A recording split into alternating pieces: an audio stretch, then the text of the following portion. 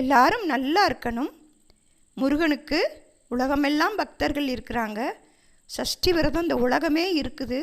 நம்ம தெய்வங்களை இவ்வளோ வெளிநாட்டில் இருக்கவங்கெல்லாம் அவ்வளோ பேர் கும்பிடுறாங்க. ஆனால் நம்ம நாட்டில் பிறந்தவங்க தெய்வங்களை நிந்திக்கிறாங்க. இதுதான் கடவுளோட படைப்பு.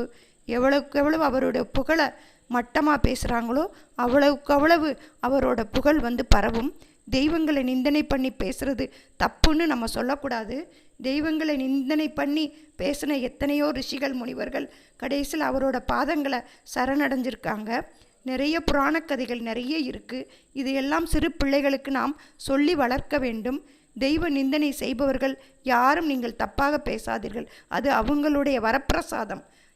எதிர் சக்தி ஒன்று இருக்கும், நேர் சக்தி ஒன்று இருக்கும். உலகத்தில் எல்லா காரியங்களுமே அப்படி தான் நடக்கும். எதிர்ப்பு ஒன்று, நேர் ஒன்று இருக்கும் உலகத்தில்.